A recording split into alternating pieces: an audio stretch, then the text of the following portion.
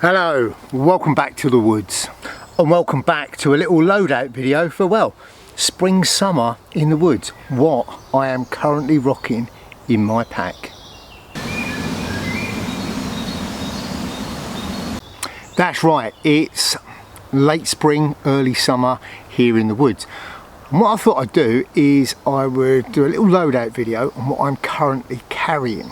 Now I watched I think it was Dave Canterbury and a couple of other loadout videos recently. And one of the things that struck me was something that actually came up in conversation when I was out with Operation Jackdaw last, which was you're only carrying kit for one environment. So Dave Canterbury's video, he carried a hammock. Okay, that's fine. But what if you arrive in an area actually there's nowhere suitable to hammock? At the same time, when I was out with Operation Jackdaw, a few of the new guys came along and they brought ground dwelling kit, so stuff for sleeping on the ground, which was okay. It worked out absolutely fine because there were lots of level areas. But what if you rock up at an area and there isn't anywhere level? Everywhere's on the side of a slope or something like that. So the kit I carry for this time of year has to do several things. It has to be able to cope with different environments, different terrains. It also has to be fairly flexible because this time of year, well, we can have lovely warm weather like we're experiencing at the moment. At the same time, it can also be lovely wet weather, and it can also be, as we found recently, pretty cold. So whatever I'm carrying in my pack, well, it needs to be able to adapt to all of those conditions. So before we actually go into the pack, what items am I actually carrying on me? Well, I've got my survival necklace, and on there I've got my lighter, got my whistle, got a little squeeze light, got a ferro rod, a compass, and a little Swiss Army Farmer pocket knife. In my pockets, well, because I've got a knife, I've got a cuts kit, always an essential. I've also got in there bandana. Again, super useful item, particularly for handling pans around the fire, or even just for sticking up by your camp, because this shows up very well against the green background, so you've always got a nice bright marker to help you find your way back to camp.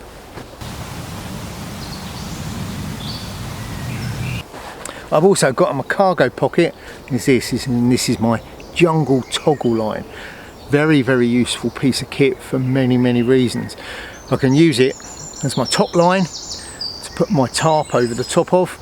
I can also use it as a hitching rail, so none of my stuff needs to be on the floor. I can keep everything up where I need it. I can also use this for crossing obstacles. It will take my body weight, and if I'm traveling in a group and we've all got these, you can link them together and use them as a safety line. So a very, very useful bit of kit.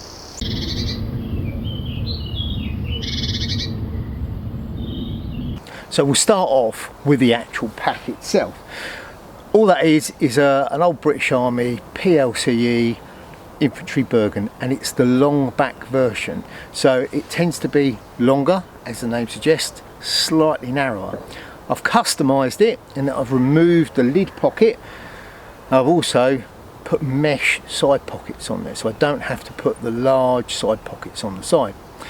By removing the top pocket, it also takes down some of the volume that's above shoulder height, because what I want, particularly in this environment, is something that's not going to stick up too much above my shoulders. That way stuff isn't going to catch on me as I walk through the woodland. These particular packs, they're relatively cheap to buy if you can get hold of them. They come in this colour, olive green, which are the older ones. There was then the DPM version, and now there's the MTP version. But they're a good, very cost effective, very robust pack. So going into the pack, items that I want to get to in a hurry, well, although I removed the original external lid, there is actually one just inside there. So all the items that I'm going to need to get through the course of a day in a hurry, I can keep in here. So in here I have first aid kit. Should always carry one when we're in the woods. Also in there, set of work gloves, just for handling hot pans around the fire, or if I'm collecting wood, etc., I'm going to need a set of gloves. When I stop, you're going to want to put on a hat, and this is just a 100% wool beanie. Great item, also useful for sleeping in, but this is one of my go-to bits of warm kit. As soon as I stop, if I start to cool down, I pull the hat on before I do anything else. Also in here, very important this time of year, insect repellent, because it's that time of year, especially where things have been wet and warm. The bugs are out in force at the moment, so a half decent insect repellent. And then last up, two items: a Laplander saw, so I can gather firewood on the trail or for craft projects, and then my knife. And this is that little Surpass Modern Puko. It's a cracking little knife. Go back in my videos and you'll see the two reviews I've done of this item. Also on there, I've got my ferro rod too.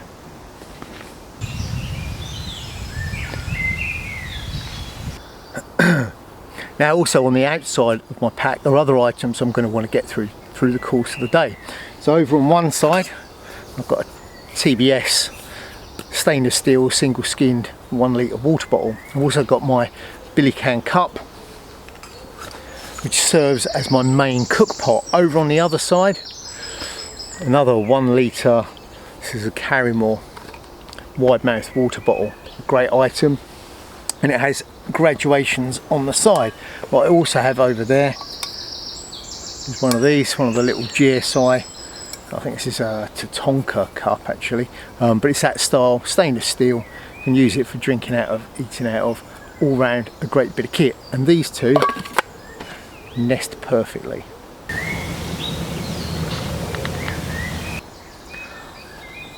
Also over on the outside of the pack, I have my brew kit. So my little brew stove, my little stealth stove from Polymath as well as my little thing of tea bags. I've also got some fuel, and this is one of the Trangia methylated spirit bottles. It's a nice robust bottle, and it dispenses it very easily. A very good item.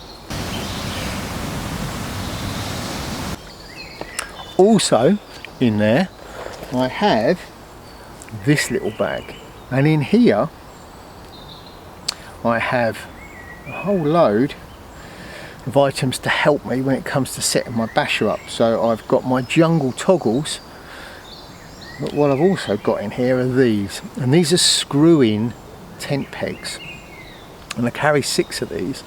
And the reason I carry the screw-in ones at this time of year is they hold very securely, and I don't carry an axe at this time of year. So normally if I'm carrying my wooden pegs, I just tap them in with my axe. This time of year there's no need to carry the axe, so I just carry half a dozen of these. And as I said, they screw in a bit like a plastic corkscrew, and they hold really securely. All of that is carried in a mesh bag, and as I said, also in there I have my sets of jungle toggles,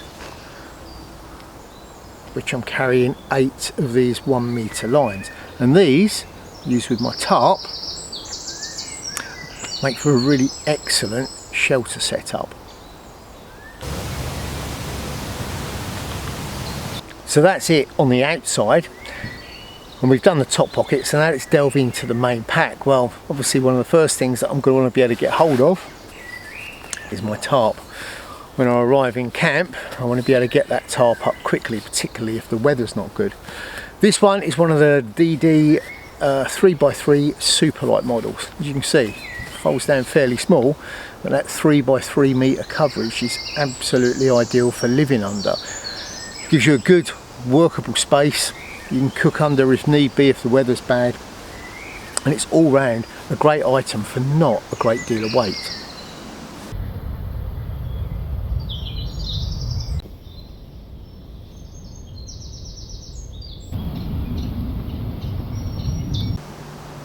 Next in the top there, and actually attached to the pack, is this little orange bag. It's a little mini dry bag. And in there I've got, again, more items that I'm going to need through the course of the day, and I might need to get to in a hurry. So in here I've got my little mini head torch, little zippy light from Army Tech.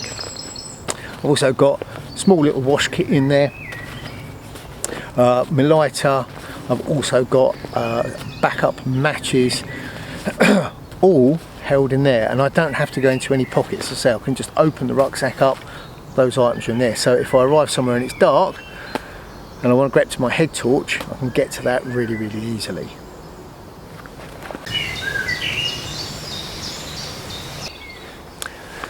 So next up is an item that, again, I might need in a hurry. So this one is just, again, stashed in the top. And this is my little Gore-Tex Smok Liner. Now my polycotton smock has been proofed and it will keep a shower out. But if it gets a bit more prolonged, and I want something that will really keep the weather out, this is absolutely ideal. I don't want to be fishing around in the bottom of my rucksack looking for it, so I keep it towards the top.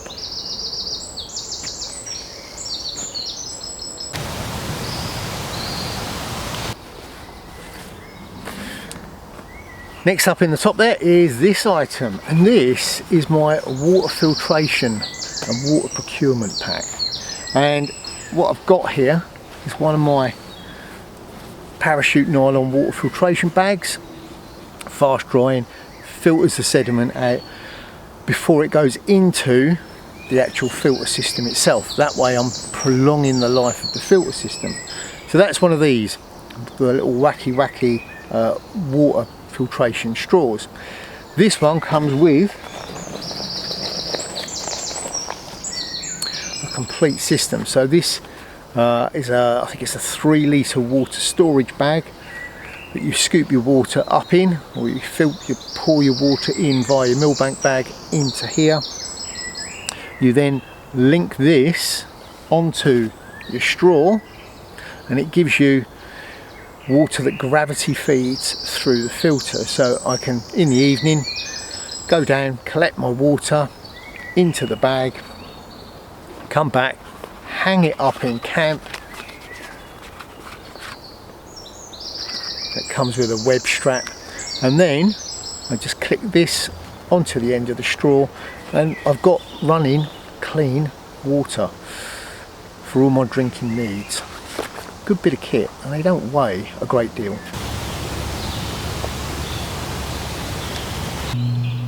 So one other item I did kind of forget about is this, and this is just a foam roll mat.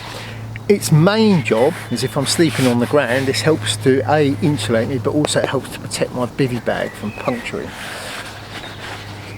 What it also acts as is, if I'm sleeping off the ground, which is my preferred method of sleeping, this fits in a pocket on the underside of my hammock. And my hammock again lives in the top, so if I'm stopping for a break, like I am now, I can just put this up and it's good to go. But it has this narrow sleeve that runs down through the centre, which will accept this. And this gives me that all-important bit of insulation when I'm in the hammock to help keep my back that little bit warm. I don't only use this, there is another part to that system as well. But this, I say, just a little straightforward roll mat.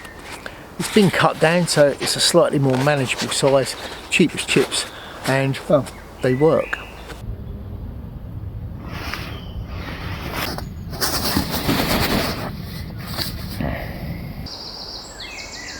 So next up in the pack, my little insulation layer, and this is all stowed away in my dry section in the bottom of the pack. So this is all waterproof, and this is just a little carry more down jacket. It scrunches up nice and small, and it helps to fill in the gaps in my pack.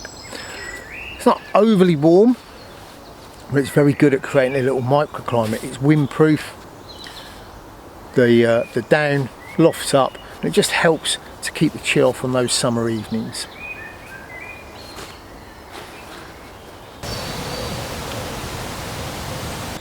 So next in the pack, this another orange dry bag, and in here is my spare clothing. So I've got a little zoot suit, a spare pair of pants, and a spare pair of socks, as well as a spare hat for sleeping in. all scrunched down in there. So if I do get a soaking through the course of the day, I can reach in here, get dry warm kit that I can put on when I sleep at night, and then in the morning when I get up I can just put the wet stuff back on again.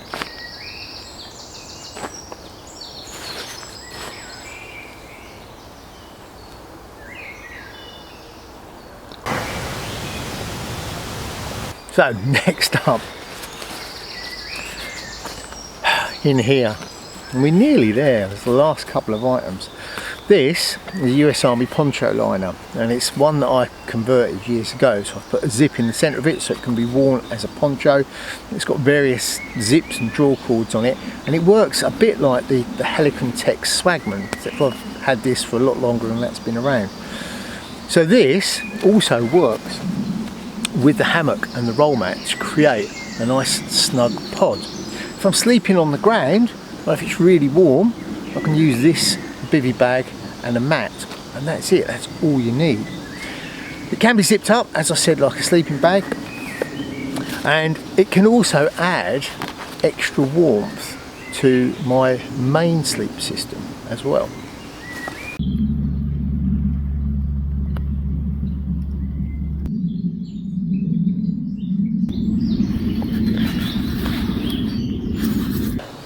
Another item here, this, my Minimals super scarf, sorry, survival scarf, and this is a big parachute nylon bag, so this can be used in the summer if I'm sleeping in a hammock and it's really warm. I can just pull this over me. If I need a sleeping bag liner, or if I need extra insulation, I can use this again with my sleep system. What it's also got is one of the corners is bug mesh, so if I'm sleeping and the bugs are out, well, I can use this as a head net. I can just pull this over my head and shoulders that are going to be out of my sleep system, and it keeps the very small biting bugs away. So good. Next up, well, if I'm ground dwelling, I'm going to be going for a bivy bag, because as I said, it can be wet, and this is with the Alpkit Hunker XL bivy bag. Great bit of kit, compresses really small, and it's a big bag, almost as big as the British Army bag. So it's got a good size opening at the front, good size inside, breathes well and keeps the weather out, and they're actually not particularly expensive. They crush down into their own pocket that's stitched on, so you don't need to carry an extra bag, and it's all round a great item.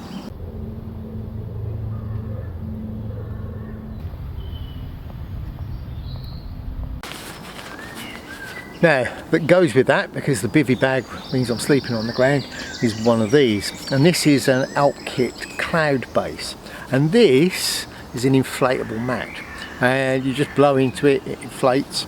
And I've actually found I've had a very good night's sleep on this, and I always put my roll mat down first, then this goes inside my bivy bag, and then my sleep system goes on top of this, and it's a great item.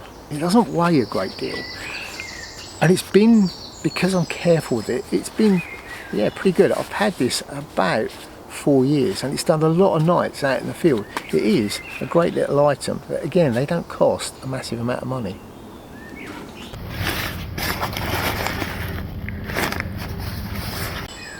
And then last up, in here, and this really doesn't weigh very much at all. It's quite bulky and it's quite difficult to compress, but this is my One Wind Outdoors top quilt, and it can be used as a top quilt in my hammock. It's got a foot box, so you can either have it opened out, worn as a poncho, or you can do up the poppers on the draw cord, and it gives you this top quilt. So it's got a foot box, you then get yourself into it, and I use it, if I'm using it inside the hammock, I just pull it over myself. If I'm using it inside the bivy bag, I get in, put my foot in the foot box, and I just sort of like have it around me, and I can tuck it in underneath my cloud base inflatable mat. Weight wise and warmth wise, this is a really great item. It's really useful. If it does get super cold, and I've used this down to about 5 degrees on its own, and I've been plenty warm. If it does get really cold, I can put this inside my US Army poncho line, and it's a good bit of kit for not a lot of weight, and it just gives me that little bit of flexibility for this time of year where it can be cold, it can be hot. A sleeping bag, you've either got it unzipped or yeah. With the top quilt, well, it's just like being at home, getting under your duvet. And if you want to vent, well, you just hang your leg out, you know. It's a good item.